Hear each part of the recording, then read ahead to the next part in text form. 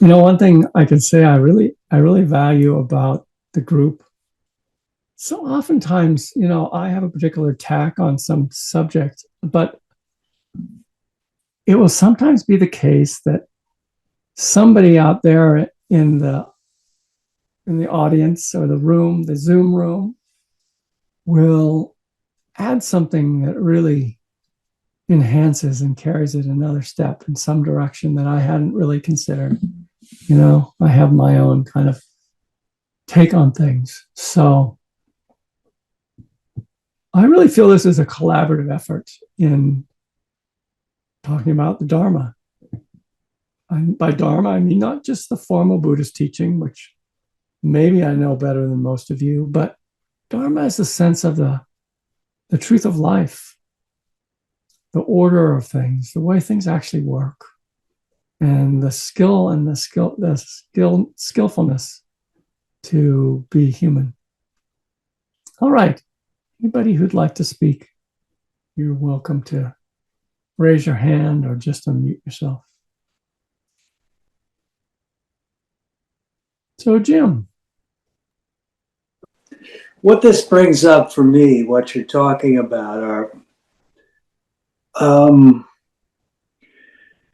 pieces of my life, pieces of how I react to people that I'm not aware of, and somehow they're based upon what happened to me way back when I was a kid. And this is how I reacted to my mom, or this is how I react to my dad. And from then on, this is what happens when I meet certain people like them and the way they were with me.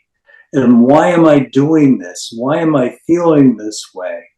It's a real, it's an unknown. It's a dark spot. It's an unknown place. Right. It's hard to make it conscious.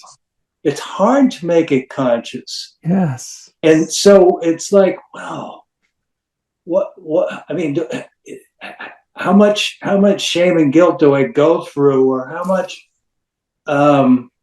stuff, how much, struggle. It's a struggle, and it is pain to become conscious of that stuff. And even when you become conscious of those kinds of reactions, it's so habitual, you want to go back to, you just automatically go back to it. So you go back to kind of numbness, or unconsciousness. Or unconsciousness, right, yeah, right. Yes. So, yeah, I'm becoming more aware of how it's been, say, with my dad and the stuff that I have to deal with in life, with his definite ability to shame me with his the way he was, and how when I meet people like him, I'm immediately just put back in my shell again. Mm-hmm. So,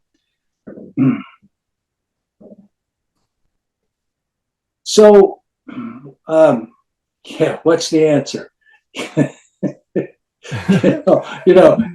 Lifelong therapy, or just using our meditation to become more conscious of those kind of automatic pitfalls in our life. Yeah, I mean, some of it I think is simpler than it sounds. It's like knowing what you're feeling. Yeah. Like what you're feeling if somebody's a certain way. What do you actually feel? It's not always so helpful to go back into the analysis of the past. To get the analysis paralysis kind of thing. But to know what you feel and then to articulate it for another human being. It's a powerful thing. Yeah. Yeah. And to be willing to be vulnerable, to actually, and that's, to actually appear as you are in some way. Well, that's the integrity of the old thing. You know, when you're so used to lying, you're so Yeah. used to not telling the truth because you'll get whooped.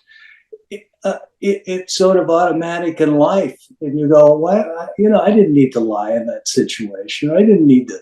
Yeah. So the integrity of telling the truth about myself, it is about myself. I mean, I'm not laying this on anybody. And, you know, you can blame people, and that's what you were talking about. Yeah, you can. Yeah. No, Doesn't actually help, but you it can. doesn't work. Yeah. Yeah. So I think in my journey, that idea of just really being honest with how I'm feeling, and it's okay. It's really all right. You know, Yeah. I'm not going to get burned at the stake. No, you're not going to get burned at Yeah. the stake. You're not going to get punched in the mouth. You're not going Right. to get bawled out. Yeah. So integrity, that's a real powerful word. Yeah. Honesty just about who you are in any given moment. Yes. It's a lifetime of work. It is. It is. It's not any small matter. Not a small matter at all. No. It's, you know, it's sort of like, well, how brave do I want to be today? Mm-hmm. What chances am I going to take today? Yeah. Yeah. That's all I got. Nancy? Yeah, hi. So this is maybe related to what Jim was just saying, but when you were talking about the 4 steps, and I was then picturing certain like actual scenarios, you know, when you do blank, I feel blank because like that, I mean, that seems to me like the hard part. Mm-hmm. And I mean, because I mean, I feel like most of the time I don't know the answer to that, why I feel blank. And so, Which is true of most of us. so can you skip that one part? No. The 3 parts? Yeah. No. I mean, yeah, if you're really in a hurry, but that's the part where you reveal yourself. If you don't quite understand the because part, you just turn it back into criticism, you know. You make it about the other person. But to be effective in this 4-part thing, you have to reveal yourself. And that means you know yourself, which is not a given. Like, why does this particular thing hurt so bad? Yeah. You know, when someone interrupts you, say, just to pick one, a random thing. Many people that is like not a problem. For some people, though, that's really affects them. Why? You know, that would be the because clause. Mm-hmm. Because if I'm with somebody and the interruption is bothering them, it would really help me to know, like, what does it mean to you that you were interrupted? What is that? What's in there? And a lot of times they don't know. You're right.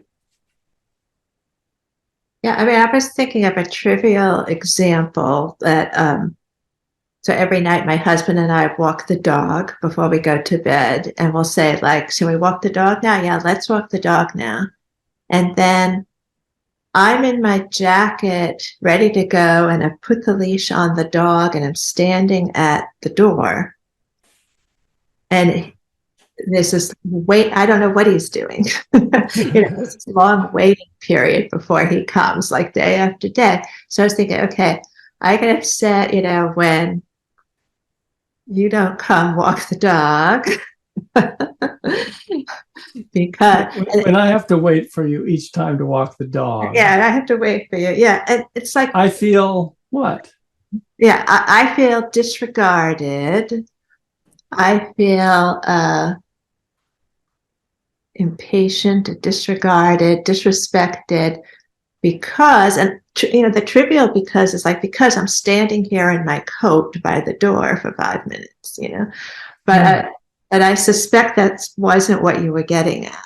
I mean, there's something about, there's something about respect there, respect for your time. And Yeah. yeah. Anyway, I just am sharing that that's the part where like it's like it was going along and then I felt like I hit a wall, the because.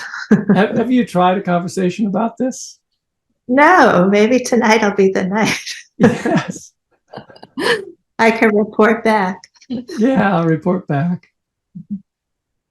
What happened when you actually brought it up? See, that's, even if you don't do this right, oftentimes it's just helpful to bring it up. If it's not, doesn't have to be perfect, you know, just to say, this annoys me, is better than not saying anything, I think.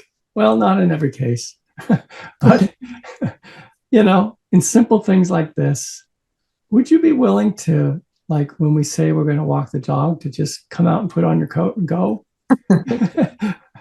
That's the request. The request might be clear. The feeling, anyway, see how it goes. I'd be curious. I will. Yeah. Most of the time, we're oblivious to how our actions affect other people. It's just true. Is that Nick? Yes. I don't want to talk about this, which is why I know I probably should. Yes.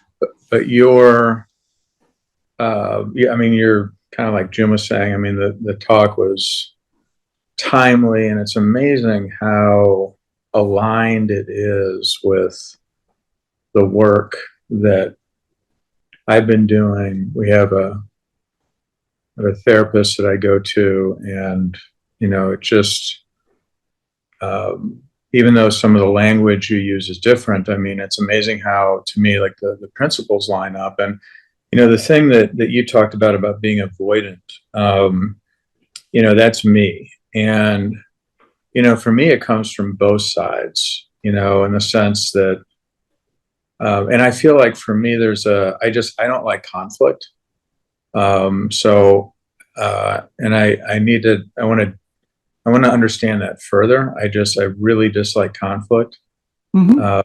And one of the things that, it's one of the things that I've been working on is like, oftentimes the first feeling is anger. And I kind of like anger. In the sense that it just like pushes everything down and it's easy, because the feelings underneath anger are worse to me. And, like, that's where all the vulnerable stuff is. Yeah. Right. And, it's not, I feel shame from, it's not manly to say you're hurt or you're sad. And so there's this whole, I feel like I'm whining. Yeah. When I say these things and when when I'm feeling that way. So it's hard enough to get to the feelings, and then it's like, okay, then there's not only the shame of the particular issue, but then there's the shame of even talking about it. But I recognize that it seems like that takes more courage than just being angry. Yes. Yeah. And but it's hard to do, and it's hard to do on both sides. Like if I have to raise an issue around something that hurt me, or or the other way, that something hasn't been cleared and I know I've done something, and then they're both difficult to me. But as you say, as an avoider, I know that if things are held in, it doesn't get any better. It usually comes out one way or the other. So Yeah, usually comes out one way or another with a whole lot of distance in between. Yeah, which is not helpful. And when you mentioned some things, just about your own self-criticism, this whole thing of like you're a complainer, it's something laid on you by someone else originally, I believe. Some way that we have been taught that our needs don't matter and that we should disappear. There's all these sorts of messages that come our way. So it takes a lot of courage to appear, to actually show up and appear as you are. The message is often, don't show up the way you are. Be this way. This is the model of how you should be. Show up that way, Though if you listen to those models of how you should be, they're all contradictory. you can't really get a good handle on how you're supposed to be from them. But the masculine model is like, don't let anything bother you. Be strong, be tough. Don't show that anything can affect you or hurt you. And sort of everybody kind of gets the message. Don't have many needs. Don't be needy. In America, don't need other human beings. It's important that you be independent and not need other human beings very much. It's all a strange conditioning that we have. And so there's just a whole part of waking up that's about seeing the conditioning that our poor selves are operating under. Like, what a thing to think that our needs are shameful. They're bad. So it's really important work. And I'm glad you're doing the hard stuff, because it is hard stuff. But, the consequences of not doing it are worse. You end up, and you end up in an alienated marriage, or you end up, addicted to something, or you end up, a grinding workaholic, avoiding contact. Anyway, there's all these consequences to not learning this task of how to actually say what's true and reveal what's really going on with another human being. And I'm often in awe of people who do it well. It's like, wow, where did you learn how to do that? Did you have like one of those functional families? those almost fairy tale possibilities where your needs are actually respected and heard. Anyway, when I find somebody who's really good at it, that's like, I have the deepest respect for them. So you're becoming one of them. Can I go now?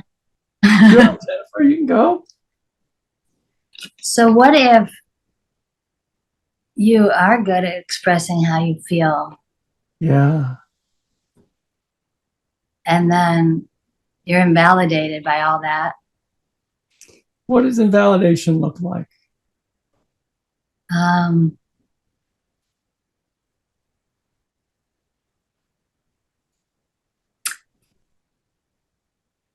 I want to be with you more. I'm with you all the time. Well, I'll just give you an example of last night with us.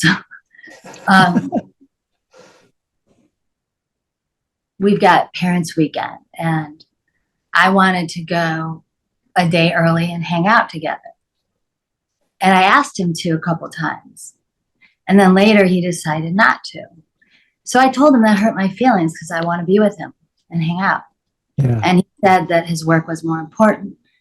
So then my shadow comes back, and I put my shield on, and I'm like, okay, I don't want to ask you to be with me anymore because I got rejected. Yeah. And distance. Yeah. You It's know, hard to accept the answer. it is Yeah, because it touches that place of I'm unlovable, I think. totally. But I Totally, say yes. that and it doesn't matter. It doesn't. I say that. And then I say, well, you're selfish. And, then he Well, see, gets, now then you go to on the I attack. know. That's I don't even that's have the to say it. reactivity starting to come out when you go on the attack. Just